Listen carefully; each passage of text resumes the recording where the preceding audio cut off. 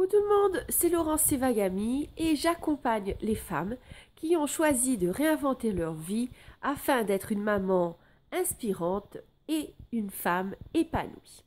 Alors, pour ma vidéo d'aujourd'hui, vous ne verrez pas beaucoup mon visage parce que je vais vous présenter donc un schéma que j'ai fait pour vous présenter la différence entre ceux qui réussissent et ceux qui échouent.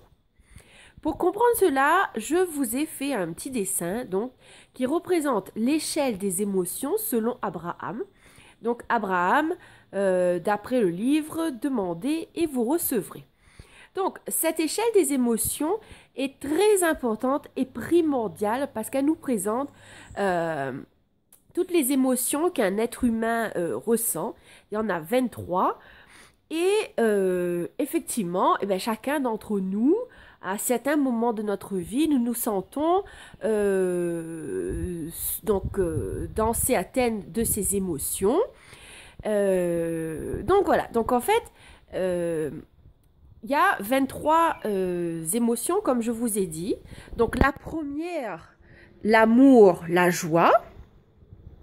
Et la dernière, donc la 23e, le désespoir. Ok, donc par exemple, quelqu'un qui n'a plus envie de vivre, il est au 23e niveau. C'est-à-dire que là, il ne croit plus en rien. C'est le désespoir total. Donc, la plupart d'entre nous, nous vivons dans cette échelle, le moins souvent possible en bas, mais en tout cas, c'est ce que je vous souhaite. Et en tout cas, dans cette échelle. Alors, la différence, justement, elle est au 15e niveau, la colère. La colère, en fait, c'est une émotion. Contrairement à ce que l'on croit beaucoup, oui, c'est une émotion difficile pour la personne qui la vit et difficile pour les gens qui entourent cette personne. Par contre, c'est une émotion qui permet d'aller de l'avant. Quand vous êtes en colère contre quelque chose, vous voulez faire autrement. Et justement, la différence entre ceux qui réussissent et ceux qui échouent, c'est que ceux qui réussissent, ils ont atteint cette étape de la colère.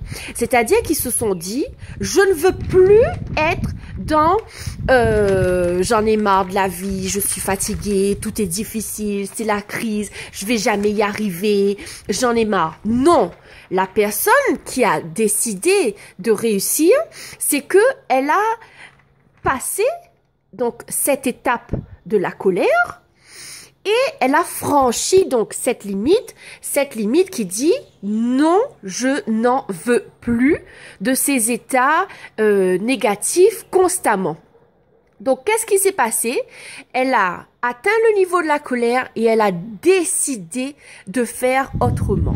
Elle a décidé, excusez-moi, elle a décidé de passer de là, donc entre le 23e et le 15e, du 15e au 1er.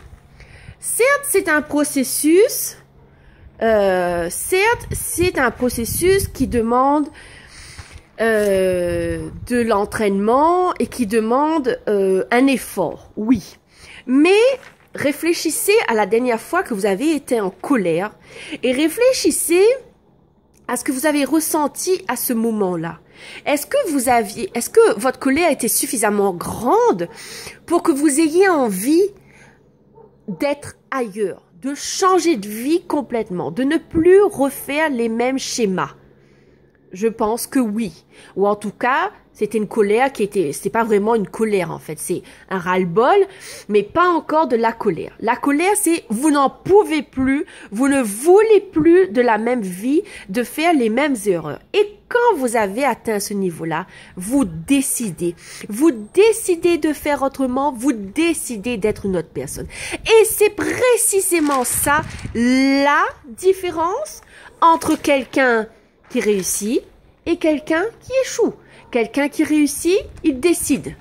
Il décide avec sa tête, mais décide surtout avec son corps, avec son cœur. C'est-à-dire que dans son corps, c'est décidé, il sera une personne différente, sa vie sera différente. Et à partir du moment où il décide, il s'engage à faire ce qu'il faut pour avoir une vie plus épanouissante. Donc, demandez-vous aujourd'hui, dans ce que vous voulez changer dans votre vie, est-ce que vous avez atteint ce niveau de la colère?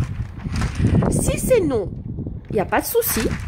C'est que votre mal-être, ou enfin, en tout cas, ce que vous voulez changer, n'est pas encore suffisamment fort.